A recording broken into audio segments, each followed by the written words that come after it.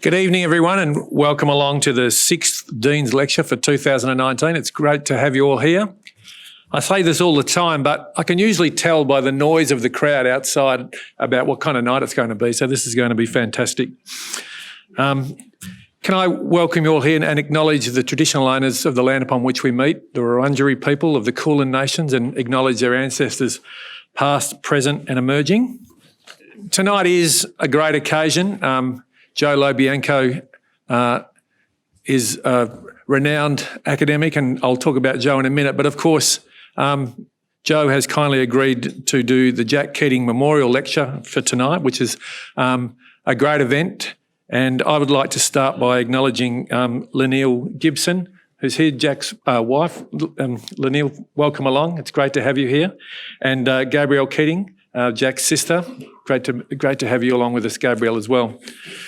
I've only started in this job 2 years ago, and of course Jack unfortunately passed away in 2012, but in my previous job I did get to meet him a few times, so I do know why there are so many people here for Joe and also to commemorate the great life that was lived by Jack. As Joe will talk a little bit about Jack in his lecture, but he was a nationally and internationally renowned and respected educational researcher and influential scholar, a policy advisor, inspirational teacher, mentor, caring friend, champion to the disadvantaged, and most importantly, a loving and dedicated husband and father. We all miss him, and his legacy lives on through this lecture and through the scholarships that have been placed in his name. So welcome again to the Jack Keating lecture. And I'll now move on to introducing our speaker for tonight, which is, of course, as I've said, is Joe Lobianco, our MGSE great. I rang Joe this afternoon and said, how would you like me to introduce you? I've got a very long bio to read. And Joe said, Jim, you can do much better than that. Just extemporise. So he's put me under a lot of pressure, Joe, and you're putting yourself to the test. As I said, I've been in this role for 2 years and I feel very privileged to be in it. And I've got to know Joe really well. And so let me just tell you, I'll just read the very first bit, Joe, so that people who haven't had as much to do with you as I have will know a little bit about your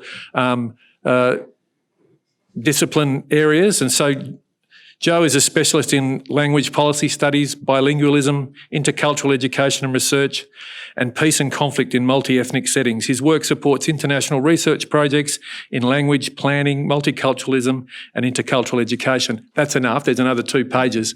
I want to tell you a little bit about Joe the person. In the time I've been here, I've got to know academics very well. They live a life around the world, around the country, creating great research, impacting in lots of different ways. And Joe in that sphere has no peer in terms of MGSE. There are so many great people, but Joe is a real team player, and I really admire that. He's socially just, really focused on making sure that the research and the work that he's done in his life makes a difference for people. And so from that point of view, he's such a great humanitarian. He's caring, he's compassionate, humble. And the thing that I really like most about him, which will be weird, but you'll just have to go with it, Joe. When I'm on promotion panels, I love reading references that Joe writes. He's so generous about people. He gets to know them so well. He talks so eloquently about them, and he really gives his all to make sure those people benefit through his support and through his referee statements. And I just think that's the hallmark of Joe, always thinking about other people, always caring about other people, and really making sure that he impacts in every way that he can. So it's been great to get to know you, Joe, and it's been a real pleasure for, I'm sure, so many people in this audience tonight and many others around the world for you to have been part of the work, to deliver the work in so many different countries that have changed lives, that have changed governments, that have provided policy advice in most states in Australia, but elsewhere. And that impact will live on and on and on, and there's still a lot more to come. So I could go on about this, Joe, but I'll take up all of your time. Your presentation tonight is entitled Civil Conflict and Social Opportunity, and I'm sure it will be about much of the work that you've done that has created so much social opportunity and individual opportunity for people who have been marginalised and facing adverse challenges in their own environment. So without any further ado, I'd like to welcome Joe to the stage.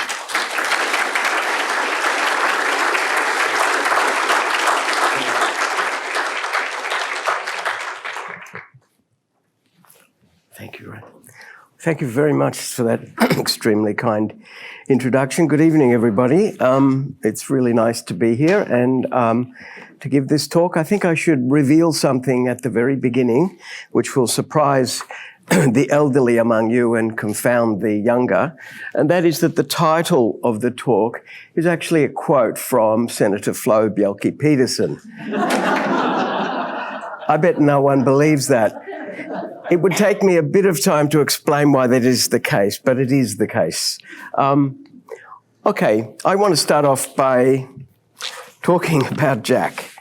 I have, as you can see, I have many fine memories of Jack Keating, including interactions with him about the broad topic of what I'll be discussing tonight, which is the question of social opportunity and civil conflict in questions of language policy, politics and literacy education. Even though those were not really his areas of work in any direct way, on a couple of occasions we interacted specifically about that.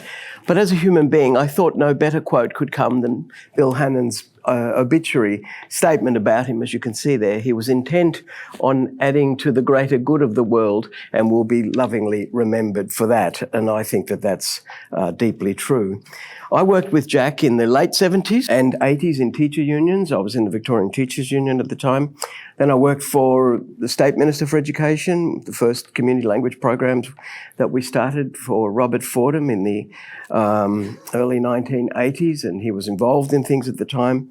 And through him, I learned a great deal about what this can mean, democratic schooling. For me, they were just words that had come together accidentally until I interacted with him, so I owe him a great deal. But I'm actually just going to leave this here as a mystery because at a certain point in 1995, Jack was extremely important in supporting some work I was doing under attack from a federal minister at the time, and was not only generous but very effective in helping me survive a particular moment. So I'm deeply grateful to him at many levels. Okay, the basis of the talk, the two things that I've juxtaposed, which are civil conflict and social opportunity, are very relevant to the theme of this year's international celebration by UNESCO for International Year of Indigenous Languages. I know that many people in the room are not involved in this area, but I think, I hope, as we go through the process of discussing this, that you will agree with me that it is an obligation on all of us to work much, much harder to make our government come true on the promises that it has made several times and has never honoured in relation to its obligations to Indigenous Australians, First Nations people, and in particular their languages. The International Year of Languages has a simple series of objectives to focus attention on the important global issue of language loss. This statistic, I think, should be alarming to people. Maybe not everyone does find it alarming, but 97% of the 7,000 spoken languages in the world today are spoken by only 2% of the world's people. We have a highly structured, vertically organised distribution of the communication effort of the world. And when we add this fact to the extreme marginalisation, poverty and disenfranchisement of the greatest number of Indigenous populations in the world, we can see that the two themes of the talk, civil conflict and social opportunity, are really deeply connected. A large part of what it's intended to do is to encourage collaboration across the world in education, revitalisation and maintenance activities. I think it's a really interesting thing to reflect on that many people are not aware. They imagine that isolated remote communities are isolated and remote in all ways. But in fact, when you work in this area, you realise that there are really rich horizontal connections between Indigenous communities all around the world. They know a lot about each other, they communicate with each other, they share a common subnational structure for decency and emancipation from their governments, which they rarely receive.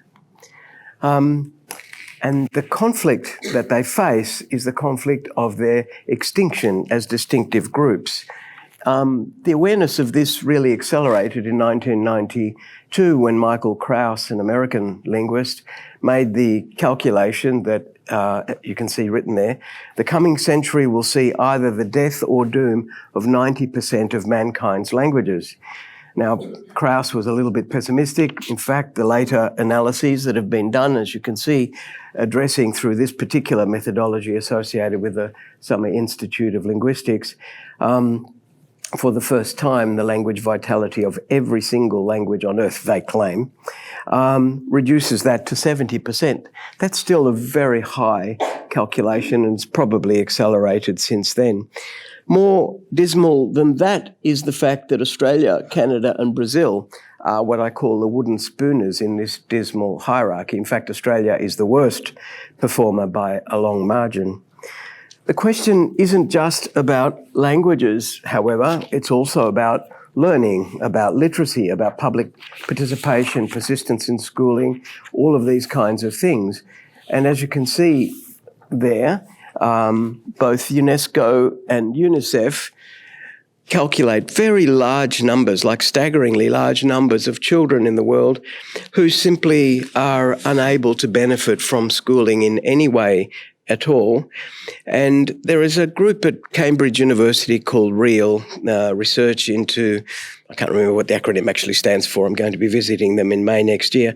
And they, among other people, have come up with many kinds of very sophisticated explanations for why there is persistent underperformance in schooling by particular groups of learners. And it would be unfair to say that they don't take language into account, but most of these people, most of the groups who investigate these areas do not. And yet the single biggest predictor, I'm confident in saying, of being pushed out of school early for girls in the first 2 years of schooling and for boys in the first 4 years of schooling is the fact that they're taught in languages that they don't understand, usually in areas where they are the predominant language group. So they're taught in languages dominated by society's elites and usually following the interests of other people. UNESCO's estimate of 250 million children who cannot read a single word despite many of them having been at school for 4 years, is a failure not just of raw numbers and learning, but also of language policy. As you can see, the calculation from the UNICEF is more modest. I was involved in crunching those numbers at the UNICEF Institute for Research in Florence, Italy, when I was there in 2016 for 5 months working with them on these figures. But these show that 130 million of the children who reach grade 4 do not read at all, or very, very little. A significant part of the reason for this is not just language, however, but also script. Script and reading for the poorest children in the world come together because many of the languages that children, this doesn't apply to Indigenous languages in Australia, obviously, come together because these are minorities who live in communities where there are ancestral languages with their own distinctive scripts. And in this particular research, taken forward by Pooja Nakamura and her colleagues at the American Institutes for Research in South India, was the first study really that looked at the role of script and orthography in language acquisition and transition between first taught languages and dominant languages, Hindi and English in the case of India. And one of the things that they found as you can see there, is this critical tipping point of at least 60% mastery.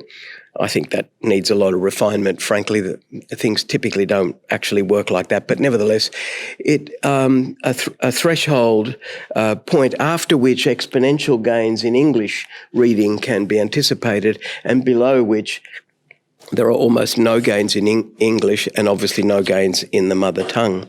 So their essential lesson is that teach English too early and you produce a failure to read both the local language and English. And this is very significant because elites everywhere in Asia push for English very hard. English serves the interests of dominant urban elites in the main, and the children I'm talking about are mostly located in rural areas or in urban slums. So these issues interact with the question of social cohesion in a very direct way.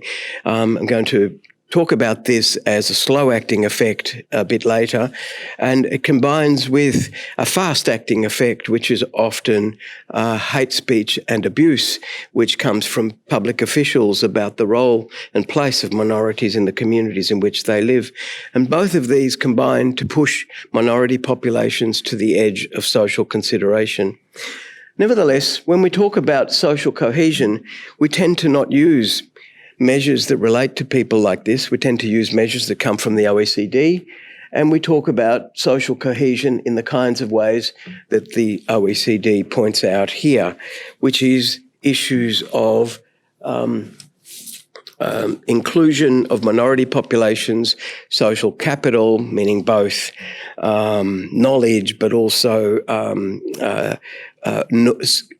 cultural norms that allow people to position themselves well in society, and how these lead to social mobility. So forms of material and symbolic capital coming together. The OECD's work on this is one of the standard texts used in all social cohesion research, but it too is hardly cognizant of language questions and hardly ever aware that language questions interact with the outcomes in schooling that they research so well. In fact, in Sri Lanka, where I had the privilege to work in the late 1990s, there's an almost competing sub-school of sociologists and conflict analysts who absolutely categorically disagree about the role of language in conflict. One particular group claims that the 1956 Language Act, which actually pushed the minority population out of the education system, was not a contributor to conflict at all because language never is. And another person and his school claim the complete opposite and have a large following. And it's very clear that what's going on here is that people, especially social scientists, have a very reductive understanding of what language is and see language in very minimal kinds of ways. But I'm going to show you now some of the ways in which language really is. After partition of British India, West Pakistan and East Pakistan was created as a federal union. In 1948, Muhammad Ali Jinnah, the Governor-General of the Federated Pakistan, announced that Urdu and only Urdu would be the federal language. Students protested this, demanding equal status for Bangla, the local language, or with English and Bangla and Urdu, and recognition of their unique script in schools and on stamps. On the 21st of February 1952, the police fired on them, killing many students and leading to what eventually became a bitterly fought civil war that was only resolved in 1971 after Indian intervention. And today, the Bangla Academy is the academy which develops the Bangladeshi language, which is called Bangla. These are pictures of the original demonstrations. This is the script, and this is an artist's impression of the fight that happened at the time. The victims of 1952 are venerated as language martyrs, and in downtown Dhaka you can see the only shrine to language martyrs in the world, the Shahid Minar. And as a result of the beginning of this conflict on the 21st of February in 1999, UNESCO declared the 21st of February International Mother Language Day. And very interestingly, as a form of reconciliation, Pakistan seconded the proposal, and it was adopted and is now recognised all around the world without people really recognising the history of it, which was a bloody struggle for language rights. So you can see clearly here that language means something more than many social scientists imagine it to. Another move for language rights, and even more recent and even more brutal in some ways, began in the Soweto killings in 1976 in South Africa, in a suburb of, a township of Johannesburg. And on this day, high school students marched against the new national curriculum that was to be imposed on them through the Bantu Education Act. They called it gutter education, and they didn't want any part of it. They were required to learn in Afrikaans, mathematics, history, science, and other subjects, and their literacy. And they wanted to be taught in their national languages or in English over Afrikaans. Heavily armed police shot and killed many of them, and the moral depravity of those acts produced what was the momentum to the end of apartheid itself. Just like the acts in Bangladesh, these were acts initiated by students, usually the social category most capable of taking such action for various reasons. And today, like Bangladesh, glories in a national academy modelled on the Académie Française to cultivate its own language. South Africa has a constitution that's the most liberal and multilingual on earth, a testament of multilingual toleration, recognising 11 African languages, Afrikaans, English, and another 7 being cultivated in various ways. This arresting picture was the icon of the Soweto riots. This young boy, Hector Peterson, carried by Mbuyisa Makubu after being shot by the police, and there is his sister there. And as you can see here, this particular photo by Sam Nzima is actually an icon of the uprisings and features in the celebrations, or not celebrations, commemorations of that event every year. 176 students were killed, and by some estimates, as many as 700. 26 countries in Asia and Southeast Asia have sub-national conflicts of this kind, in which there is a grievance that is connected to or directly associated with or mostly about language. And as the Asia Foundation, based in Bangkok, in its analysis of this, argued such assaults on these minority populations are often policy-driven. They're driven through language policies, through citizenship criteria, and then referring specifically to Thailand, the main source of violence is state minority contestation, and I'm going to talk about Thailand in a few minutes. So you can see in all of these instances, dramatic and awful as they are, that language is a mobilising factor in a lot of political struggle in many parts of the world. The most famous exponent of this is Malala Yousafzai, the girl who stood up for education and was shot by the Taliban. Now, the book that was co-written with Christina Lamb, I Am Malala, the girl who stood up for education and was shot by the Taliban, talks a great deal about languages in the part of Afghanistan and Pakistan from which she came. And as ambassador for the Sustainable Development Goals, these are the ones that are usually associated with the claims that Malala brings forward. But what's very prominent in the book and not mentioned in any of reporting about her is that the great majority of her claim was also about language rights for minority people.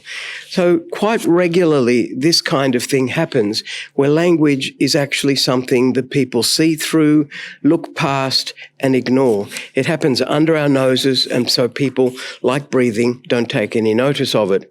It's so important that we don't actually notice it enough. Isn't that interesting? So civil conflict in this way is slow and fast acting. It has slow and fast acting language effects.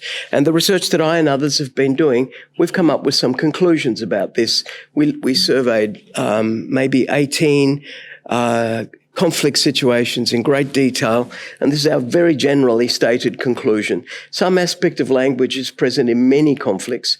Some kinds of conflict involve many aspects of language, and we'll talk about the Thailand one in a moment. And some conflicts are only about language. Schools often compound these things, these problems of language, when they are actually meeting the needs, as they imagine, for these communities by providing ethnic segregation, which produces the worst possible combination of language isolation and segregation of populations. So even the possibility of informal friendships between people are denied. And this is the case in Sri Lanka, definitely, historically, and in Malaysia in some areas today. This term here, it's not really an acronym, stands for Mother Tongue-Based Multilingual Education. It's a movement set up by UNESCO and UNICEF based in Bangkok and covering all of the Asian region. I've been involved with it for 11 years now. And it's basically focused on academic success for minority children, school retention for girls in particular, and persistence beyond upper primary school for young boys.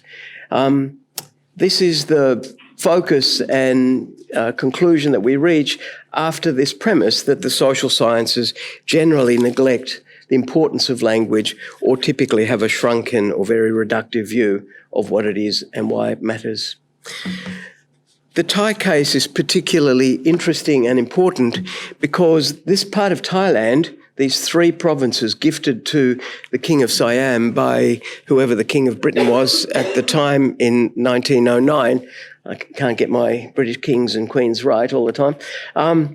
The border runs along there. No, Kedah is, and Pedalis, that's Malaysia, all along there. These three are 85% Malay-speaking Muslim provinces. Satun is a largely Muslim Malay-speaking province too, and would probably have been, I shouldn't say this, belonged to Malaysia if history had been different. In this particular area, there has been a serious conflict since 1909, but since 2004, when the government adopted a particular kind of curriculum with a particular kind of language policy, it became very murderous. So the direct cause of this conflict is, in fact, traceable to questions of language.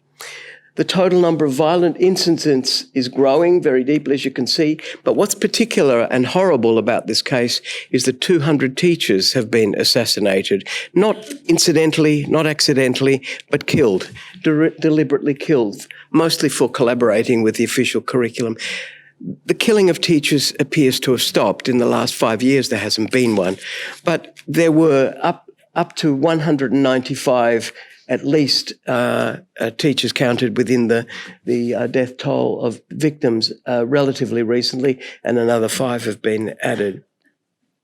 What's very disturbing about this is that this conflict is actually really relatively easily resolvable, and this woman is one of the people who's going to be able to do it.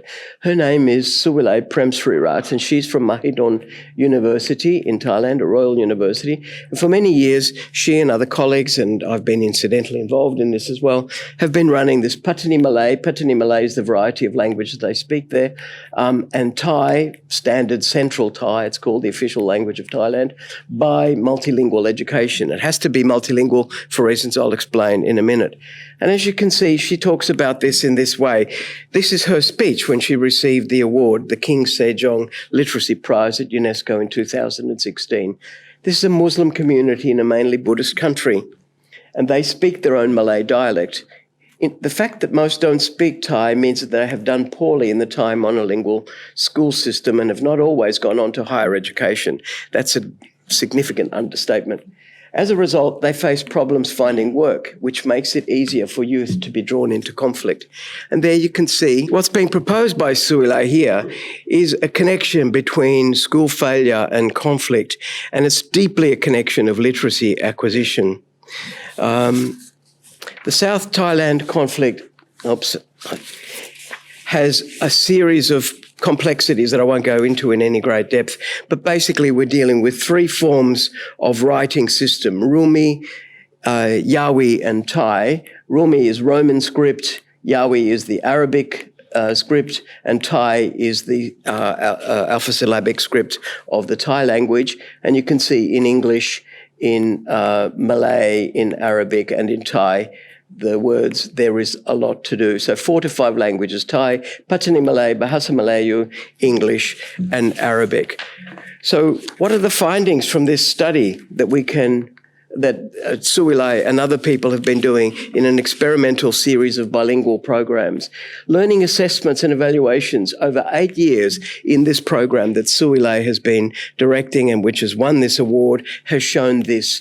Despite spending fewer hours in Thai medium classes, grade 1 students in this Patani Malay Thai multilingual education schools were 271% more likely than their comparison students to score perfectly on a Thai letter dictation test. That's very important in the Thai curriculum. They were 207, if I'm reading that correctly, % more likely to pass a Thai sentence writing test. And as you can see, in other ways, they learn Thai better and faster. They learn other subjects better and faster. Their ONET scores, that's the central system of Thai management of assessment results, shows their average in mathematics and science on nationwide grade 6 scores was even better. And there was many other indicators of this result. Despite the very huge superiority of these programs in producing learning gains for these students, it's impossible to expand this pilot program beyond 6 schools into and beyond the other regions because of a language policy that makes the acquisition of Thai absolutely central to national identity. So you can see from these, I hope, the point that I'm trying to make, that the question of social conflict is deeply tied to language in the 2 ways that I'm trying to propose: through a slow-acting effect of intergenerational school failure, which channels children, young people, into dead-end jobs or unemployment, and then alienation and anger, and the fast-acting effects of public speeches made by politicians which talk about minority populations as though they don't belong to the state, or occasionally expresses hate towards them. So I'm going to shift now to Australia, which is nowhere near as dramatic, but I'm going to conclude with some very disturbing evidence as well from Australia of areas where I think language is connected to well-being and welfare of young people, especially Aboriginal people, but also refugee children, which is never included in language policy positions that are taken by government, which are mostly focused on questions of trade.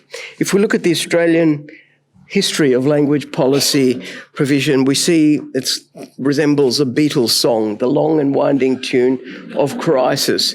Since 1970, there have been at least 70 policy documents and reports at the Commonwealth level. I mentioned this to some colleagues in Hamburg, Germany, who were working on the integration of African children into German schools there, and they couldn't believe it. They thought I was lying, because when I asked them how many language policies Germany had had in this similar period, they said, we have one policy. Everyone has to do it, always. Many of these policies, so it seems like a wonderful activity to have so many policies, but really it means that new governments are coming in and undoing what previous governments had done.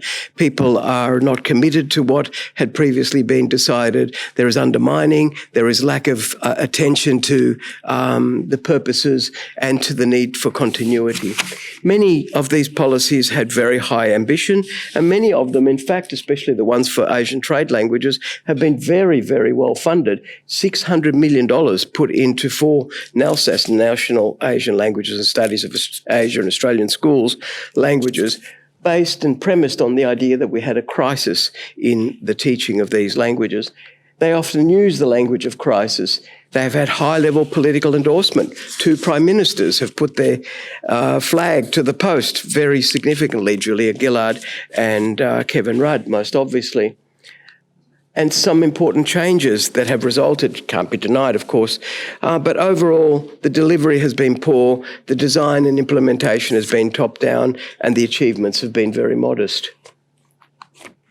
And yet we have a vibrant, multicultural, multilingual reality outside the formal public schooling system of our country.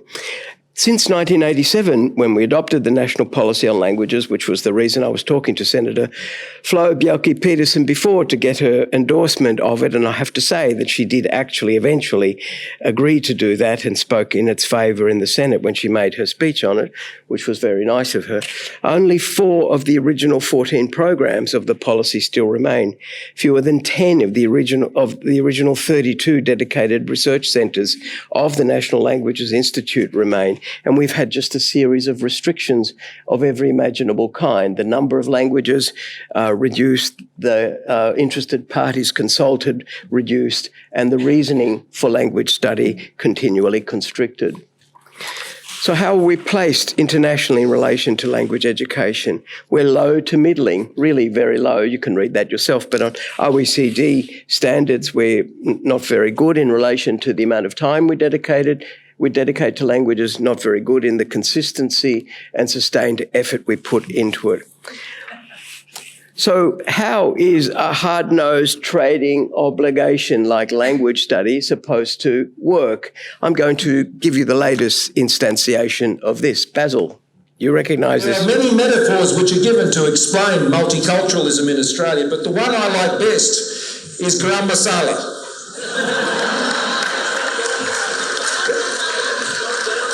Garam masala. That better? Getting there? Good. Getting the cloves and the black cardamom and all this, you put it all together.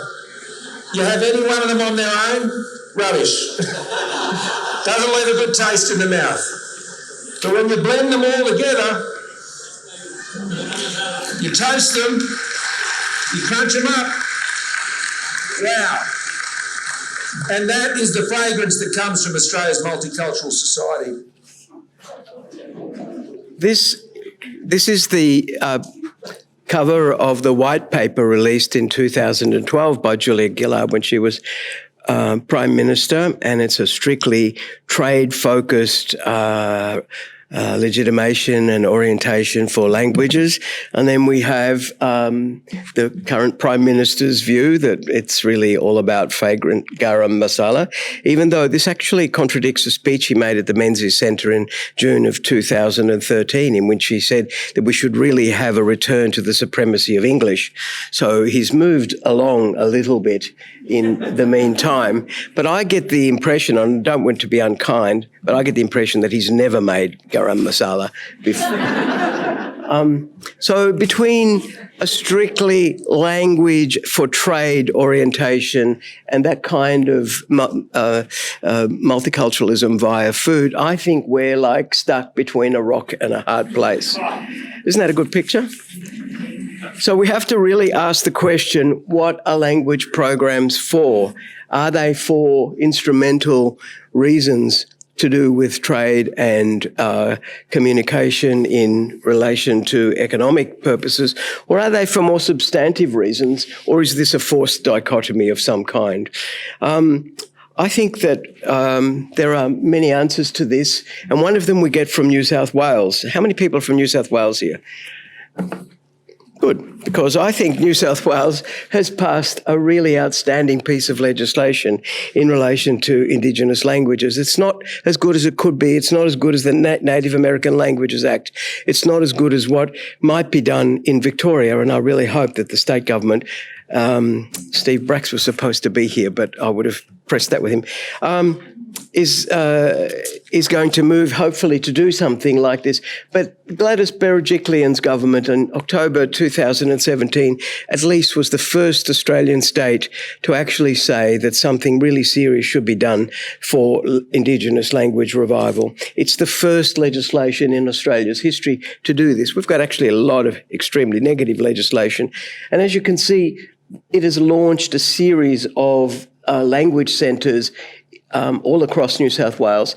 And last year, it was reported that in an article called "The Aboriginal Language Taught More Than Spanish in New South Wales Schools," and more than Korean, Indonesian and Hindi at 70 primary schools in New South Wales and Wiradjuri, and there are 4 other languages that are moving along.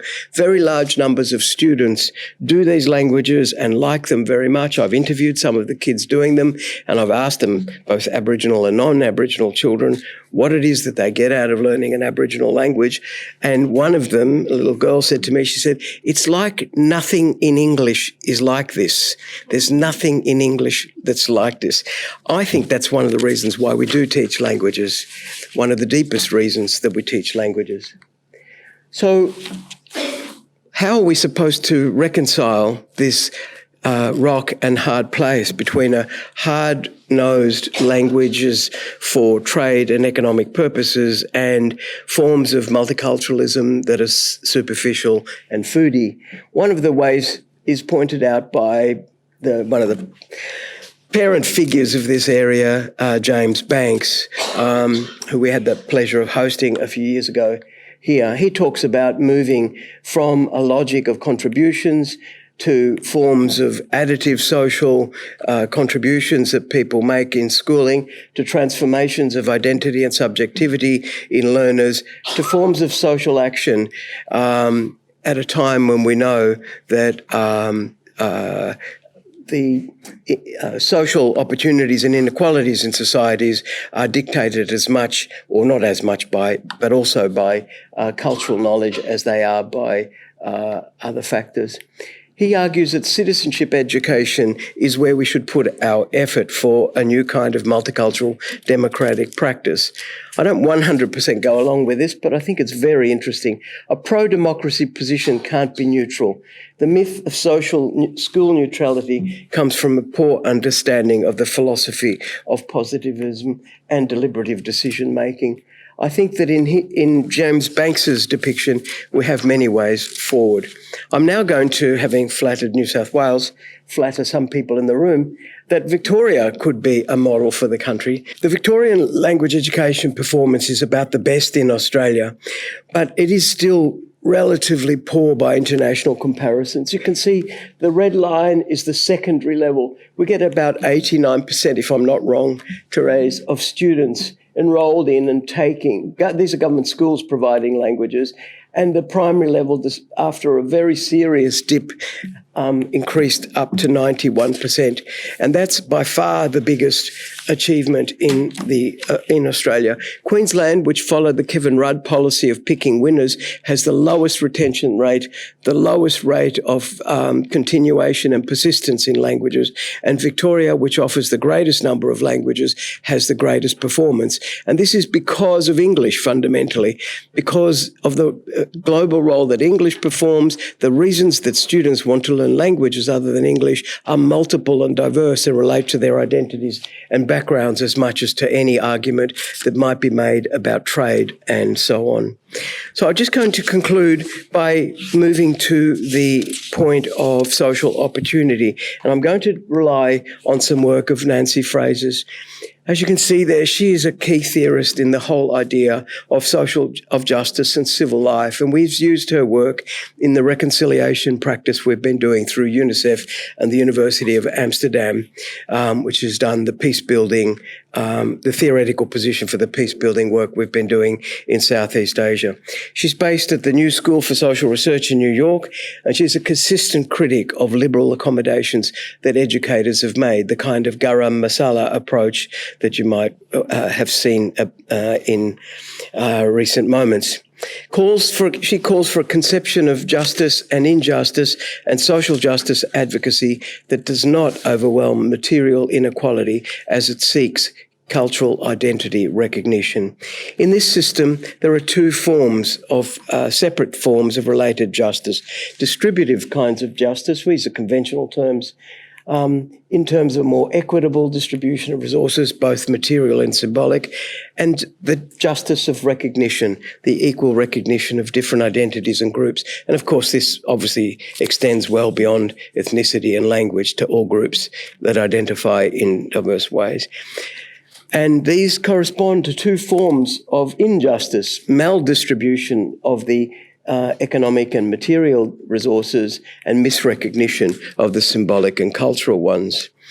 And here we have a principle that we must build in from the New South Wales legislation, and I think this should be the objective of language policy advocacy for the next 5 years, especially in light of the moves for the Uluru Statement, around what we must call something like linguistic restorative justice, building on Fraser's ideas and Dr. Brett Todd from the University of New South Wales.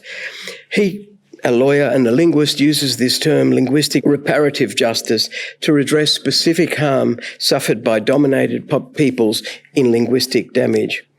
Reparations to Indigenous peoples in order to redress language loss is essentially what we're talking about. And these reparations are practical programs of reconstitution of language forms rather than material or money things. They are if states are responsible for language loss, if it's attributable to wrong acts of conquest, colonisation, domination or assimilation, violence and control, reparations can strengthen and restore the use of these languages if they're done well. Linguistic damage refers to these negative impacts on Indigenous languages and Indigenous practices such as attrition, contraction and extremely extinction. We can see that this is seriously the case in Australia. The inquest into the deaths of 13 children and young persons in the Kimberley region. Joe is a Bunaba man from the central Kimberley area, and he sent me this material when I was there.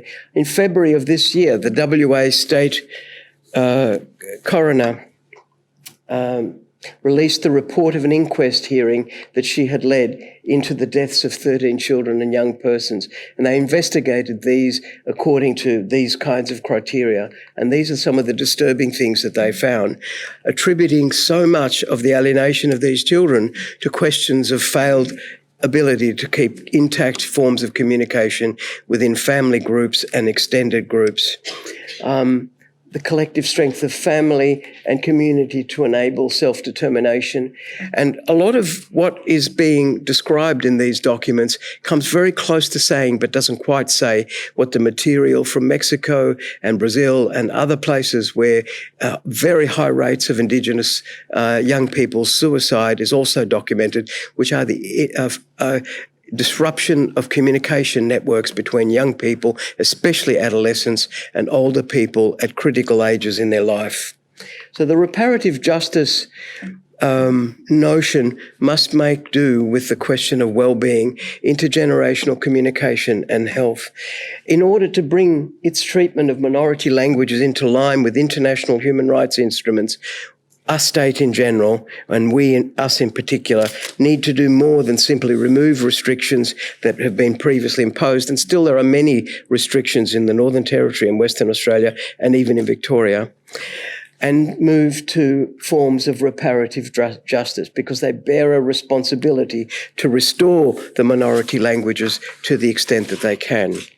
Another conception of this from Gilad Zuckerman, Professor of Linguistics and Endangered Languages at Adelaide University, is what he calls native tongue title, compensation for language loss because of linguicide, deliberate acts of the killing of languages, loss of cultural autonomy, loss of spiritual and intellectual sovereignty, loss of soul.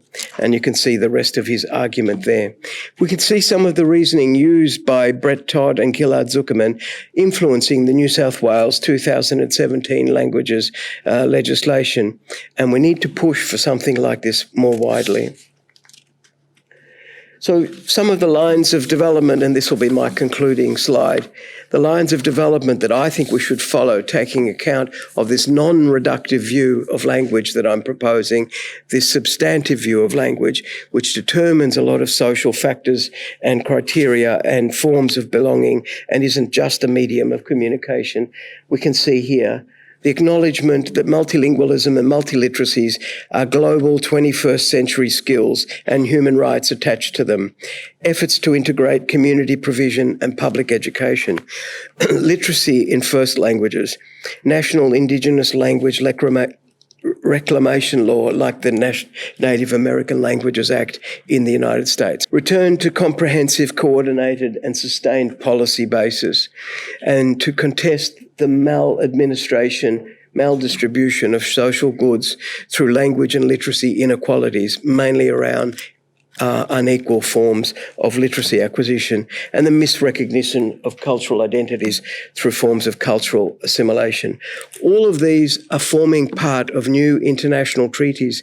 The great bulk of the international treaties around human rights make reference to language, but they don't make much reference to language. And a few weeks ago in Bangkok, I was part of a meeting convened by the Human Rights Committee of the United Nations, the Special Rapporteur, Fernando Varenne, who is taking our recommendations and recommendations that he's generated in Africa and other places to a meeting of the Human Rights Committee of the UN at the end of November for the first ever treaty of international human rights around language. And the first principle of the international human rights around language will be the right of Indigenous peoples to be taught, Indigenous children to be taught in ancestral languages, and where those have been eroded, for states to engage in reparative linguistic justice. Thank you very much for your attention. I'm happy to take any questions.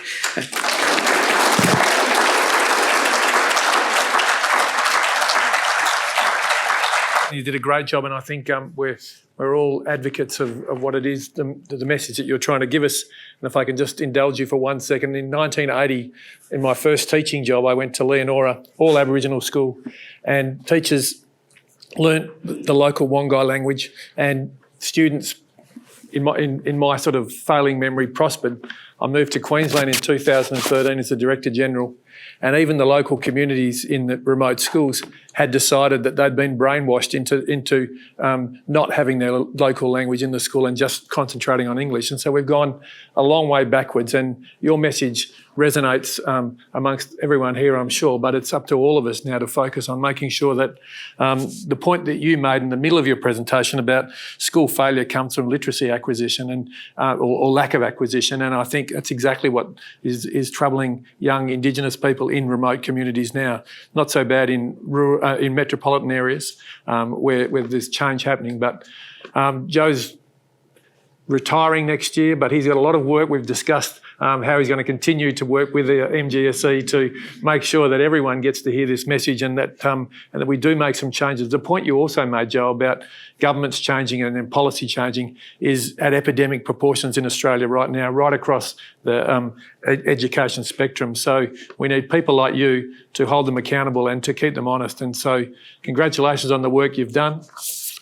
When I was a young fellow, I used to have this sort of failed childhood because I never won enough trophies. So what happens now is that we make trophies so that I can give them to people. And you've earned this trophy tonight, and not only earned it for tonight, but you've earned it on a stellar career. And thank you very much for the great presentation, Joe.